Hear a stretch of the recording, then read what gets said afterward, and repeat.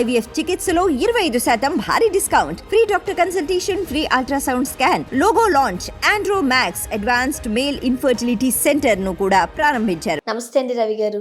నమస్తే సువర్ణ. రవి గారు, సాధారణంగా మనం పాత సినిమాల గురించి, పాత సినిమాల నటీనటుల గురించి డిస్కస్ చేస్తూనే ఉంటాం. అయితే ఇప్పటికీ మనము లేడీస్ ఓరియంటెడ్గా మనం చూసినట్టయితే ఒక భానుమతి గారిని, ఒక సావిత్రి గారిని ఇప్పటికీ మనం మర్చిపోలేం. అంటే పెద్ద హీరోలు రామారావు గారు, నాగేశ్వరరావు గారు ఉన్నప్పటికీ దృష్టి అంతా సావిత్రి గారి మధ్య వెళుతూ ఉంటుంది, దృష్టి అంతా భానుమతి గారి వైపే వెళుతూ ఉంటుంది. సో మనం ఇప్పుడు ఇద్దరు కథానాయకుల గురించి మాట్లాడుకుందాం, భానుమతి గారు, సావిత్రి గారు. వీళ్ళిద్దరు కంపారిజన్స్ ఏం చెప్తారు మీరు? అంటే వాస్తవంగా వాళ్ళిద్దరిలో భానుమతి బాగా సీనియర్ అండి. అవును, భానుమతి ఎంత సీనియర్ అంటే రామారావు, నాగేశ్వరరావు నా పక్కన నటించారు కానీ నేను వాళ్ళ పక్కన నటించలేదని ఆమె స్టేట్మెంట్ ఇచ్చారు. ఆ స్టేట్మెంట్ను వీళ్ళిద్దరూ కూడా ఖండించలేదు, సరికదా బలపరిచారు. ఎందుకంటే వీళ్ళిద్దరికి కూడా తొలి రోజుల్లో భానుమతి వాళ్ళ భరణి సంస్థ చాలా సపోర్ట్ చేసాయి. నాగేశ్వరరావుకు మరీ ముఖ్యంగా ఎన్టీఆర్ గారు కూడా చేశారు. సరే, మల్లీశ్వరి చాలా పాపులర్ కదా వాళ్ళిద్దరు కలిసి. అవును, భానుమతి, ఎన్టీఆర్. సావిత్రి, భానుమతి పైగా బహుముఖ ప్రజ్ఞాశాలి అని ఆమెకు పేరు. అంటే ఆమె దర్శకత్వం, సంగీతము, పాడటము, ఏ రోజు ఆమె తన గొంతుతోనే పాడటం తప్ప వేరే వాళ్ళు పాడడానికి ఎప్పుడూ ఆమె ఒప్పుకోలేదు. నిర్మాత భరణి స్టూడియో, ఆమె భర్త రామకృష్ణ. సో ఈ పెద్ద సామ్రాజ్యం. భానుమతి అంటే ఒక వ్యవస్థ. ఇంకా భానుమతి రచయిత్రి కూడా, అత్తగారి కథలు, ఇంకో చాలా రకాలు. సో చాలా ఇవి కూడా ఆమెకు పురస్కారాలు ఇవన్నీ కూడా వచ్చాయి. సావిత్రి అంటే ఇంక తెలుగు వాళ్ళకి సంబంధించినంత వరకు సావిత్రి అంటే ఇంక సినిమా అంటే సావిత్రి, సావిత్రి అంటే సినిమా. ఒక ఈ భార్య అయినా, తల్లి అయినా, ఇల్లు అయినా, భార్య ఎలా ఒక మహిళ పాత్ర ఎలా ఉంటుంది అంటే సావిత్రిలాగా ఉంటుంది అని. ఎంత ఇంకా పరిపూర్ణమైన తెలుగు వాళ్ళతో మమేకమైపోయిన మహానటి ఆమె. వీళ్ళిద్దరిని కూడా పోల్చలేము మనం. ఎందుకంటే భానుమతి పాత్రలు చూస్తే మనం 5 తరాల నటి అని ఆమెను దాసరి నారాయణరావు ప్రత్యేకించి ఆమెను తీసుకొని వచ్చి ఆమె కోసం ఈ టైటిల్ కూడా పెట్టారు.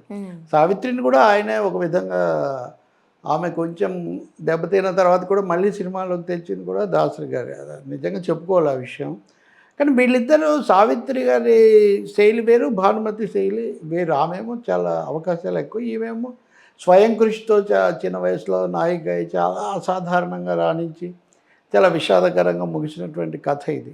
సరే, విచారకరమైన ఆ ఘట్టాలు పక్కన పెడితే కళారంగంలో కూడా వీళ్ళ ముద్ర పూర్తి భిన్నమైంది. సావిత్రి గారి సినిమాలు అని అనుకుంటే, సో ఒక 2 సినిమాల గురించి తలచుకోకుండా మనం కంప్లీట్ చేయలేం. ఒకటి మిస్సమ్మ, ఇంకొకటి దేవదాసు. ఈ రెండిటిల్లోనూ ఇద్దరు కథానాయకులను అనుకున్నారు. ఒకదానికి భానుమతి గారిని అనుకున్నారు, మరొక దానికి జానకి గారిని అనుకున్నారు. బట్ ఇద్దరు తప్పిపోయి సావిత్రి గారు వచ్చి కూర్చున్నారు ఆ 2 పాత్రలు. అఫ్ కోర్స్ అక్కడ మనం సావిత్రి గారిని తప్ప వేరే వాళ్ళని ఊహించుకోలేం. ఏంటది, ఏం జరిగింది అప్పట్లో? వాస్తవంగా ఇంకొక విశేషం కూడా జోడించవచ్చు. ఈ 2 సినిమాల్లో కూడా అక్కినేని నాగేశ్వరరావు ఉన్నారు. రైట్. ఈ 2 సినిమాలు కూడా ఒకటి పూర్తి విషాదం, కంప్లీట్ కామెడీ, పూర్తి వినోదం, కామెడీ. కాకపోతే మిస్సమ్మలో ఎన్టీఆర్ కూడా ఉంటారు. ఇంకొంచెం అంటే ఎన్టీఆర్, జమున. విజయ పరంపరలో మిస్సమ్మ చాలా కీలకమైంది.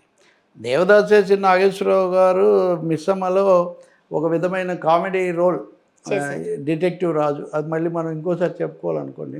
సో భానుమతిని మొదట అనుకున్నారు, జానకిని అక్కడ అనుకున్నారు, ఆమెను మార్పించి మీకు వచ్చారు. భానుమతిని అనుకోవడమే కాదు, 4 రీళ్ళ సినిమా కూడా తీశారు మిస్సమ్మ. 2 భాషల్లో కూడా తీశారు. సావిత్రి గారు అప్పుడు కూడా ఉన్నారు. ఆమె రెండో పాత్ర, ఇప్పుడు జమునలో కనిపించే పాత్రలో సావిత్రి గారు, భానుమతి గారేమో సావిత్రి గారు వేసిన పాత్రలో. సో గారు అంటే ఏమనుకోకండి, ఇది చాలా మనకు సమయమే కాదు, మనకు సావిత్రి అని వచ్చేస్తుంటుంది. ఆమె అంతగా మనకు మమేకమే. సో సావిత్రి పాత్ర భానుమతి గారు వేయాలి మొదట్లో. 4 రీళ్ళు తీశారు. అప్పటికే చక్రపాణి కదా, విజయ ఫిలిమ్స్ అంటే నాగిరెడ్డి చక్రపాణి ఇవన్నీ చూసే సంచలనం అవన్నీ ఆయన సమన్వయం. సో ఆయనకు భానుమతి శైలి అంతగా నచ్చట్లేదు, వాళ్ళిద్దరికి కూడా అంతగా కుదిరేది కాదట. దానికి తోడు ఆమె 4 ఆలస్యంగా వస్తున్నారండి. దీనికి ఇంకో కథ కూడా ఉంది. విజయ్ చిత్రలో భానుమతి రాసే జీవిత కథలో ఇది ఒక వివాదానికి దారి తీసి అది ఆగిపోయింది. అది ఇంకొక పిట్ట కథ. సో ఆమె ఆలస్యంగా వస్తున్నారని ఫిర్యాదు చేస్తే ఆమెమో నేను మొదటి నుంచి ఏదో వరలక్ష్మి వ్రతం చేసుకుంటాను, అందుకని ఆ ఒకరోజు ఆలస్యంగా వస్తానని అడిగాను, అయినా చక్రపాణి దీన్ని సమస్య చేస్తున్నారని ఆమె ఫిర్యాదు.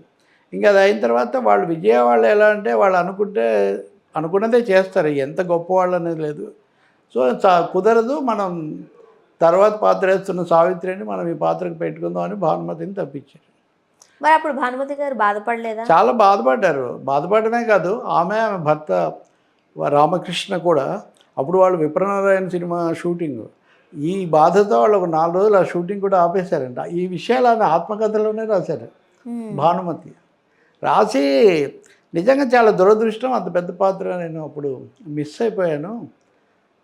నేనేమో నాగిరెడ్డికి అంటే నాగిరెడ్డికి చాలా దగ్గర అయినా కానీ చక్రపాణి గారికి కుదరకపోవటం, ఈ మిస్అండర్స్టాండింగ్ వల్ల దూరం అయిపోయి నేను చేయలేకపోయాను. అయితే అది సావిత్రికి చాలా గొప్ప పేరు పెట్టింది. ఇంకా అక్కడి నుంచి సావిత్రి మళ్ళీ ఎప్పుడు వెనక్కు తిరిగి చూడలేదు. మహానటిగా ఆమె అక్కడి నుంచి పెరిగారు అని చెప్పి ఆమె తన ఆత్మకథలో రాస్తారనమాట. ఇప్పుడు మీరన్న ఇద్దరు చాలా టాప్ కాకుండా చాలా చాలా తెలుగు సినిమా చరిత్రలో ముఖ్యంగా నిలబడిన ఇద్దరి మధ్య నడిచినటువంటిది అనమాట.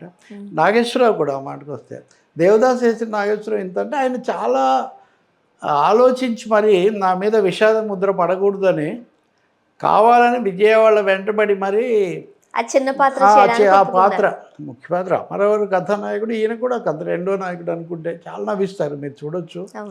సో అప్పుడు కాదయ్యా అది మామూలు పాత్ర, నీ లెవెల్ది కాదు అని చక్రపాణి చెప్తే, లేదు నేను ఇది వేయకపోతే నేను శాశ్వతంగా నేను ఏడుస్తూ 7 పాత్రలే వేస్తానంటారు. అంటే ఇప్పుడు మనం చూస్తుంటాం కదా, ఒక రకమైన ఫామ్లా అని ఇంకోటని ఫ్యాన్స్ బాధపడతారని అటువంటివి ఏమీ పెట్టుకోలేదు వాళ్ళు. నాగేశ్వరరావు గారు అలా చేశారు. మిస్సమ్మ బాగా పండింది. ఆ ఏడాది అట్లాంటి 3 గొప్ప సినిమాలు వచ్చాయి 57లో.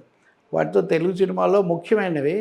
సావిత్రి అలా భానుమతి అలా చాలా బాధపడ్డారు. ఇంకా నాకు ప్రాప్తం లేదు, ఆమెకే ఉంది, ఆమెకు రావాలి కాబట్టి వచ్చింది. ఇందులో చక్రపాణి నిమిత్త మాత్రుడు, ఇదంతా ఏదో పైనుంచి జరిగిన లీల అన్న స్థాయిలో ఆమె ఆలోచించారన్నమాట. జానకి గారు కూడా ఆ సినిమాకి అంతే బాధపడ్డారు. జానకి కూడా బాధపడ్డారు. దేవదాసు సావిత్రిని ఇంకా అజరామరం చేశారు కదా. ఇక్కడ రెండో వైపు చెప్తాను నేను, భానుమతి సావిత్రి వాస్తవ జీవితంలో చూస్తే కనుక ఆమె భానుమతితో పోటీ పడేవాళ్ళు ఆలోచనలో అయినా, పైకి చెప్పినా చెప్పకపోయినా. తనకు చాలా పేరు ఇవన్నీ వచ్చినప్పటికీ బహుముఖ ప్రజ్ఞ ఇవన్నీ చేయడంలో భానుమతి వేసిన ఒక ముద్ర, సీనియర్ కూడా కదా, తను కూడా అలా చేయాలి, దర్శకత్వం చేయాలి, ఇవన్నీ ఆమె కోరికగా ఉండేది. ఆ విధంగా ఆమె 4 సినిమాలు తీశారు. ఆమె ఆర్థికంగా దెబ్బతింటానికి, ఆ తర్వాత జీవితం చాలా మలుపులు తిరగడానికి కీలకమైన అంశం ఈ సినిమా నిర్మాణంలో దెబ్బతింటాం. ఈ సినిమా నిర్మాణాలు ఈ స్థాయిలో అందరూ వద్దన్నా కానీ మీరు చూస్తారు కదా, మహానటి సినిమాలు కూడా తర్వాత తెలిసిన వాళ్ళు కూడా చెప్తూ ఉంటారు, వద్దు ఇది సమస్య అని చెప్తున్నా కొంచెం ఆమె తపన వల్ల దీనివల్లనే.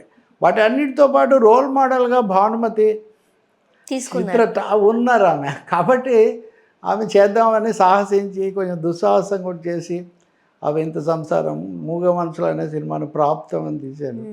చిరంజీవి అనే ఒక సినిమా తీశారు, చిన్నారి పాపలు అని ఒకటి తీశారు. ఇవన్నీ ఎక్కువ భాగం ఫ్లాప్స్, ఒక్కరే ఇరుక్కుపోయి చివరకు. అంటే భానుమతిని ఈమెకు రావాల్సిన పాత్ర ఆమెకి వెళ్ళి ఆమెకు చాలా గొప్ప పేరు, గొప్ప తారం చేశారు. ఈమె దర్శకత్వంలో ఇంకో దాంట్లో ఈమె జీవితంలో పోషించిన పాత్ర లాంటివి తను కూడా చేయాలనే ఒక తపన ఏం తప్పు కాదు ఎవరికైనా, అలా దారితీసింది. Very interesting. చాలా తక్కువగా ఈ విషయం చర్చిస్తాం. ఎంతసేపు మాట్లాడుకున్నా తనివి తీరదు మనకి. సో ఇంకా ఎపిసోడ్స్ చేద్దాం.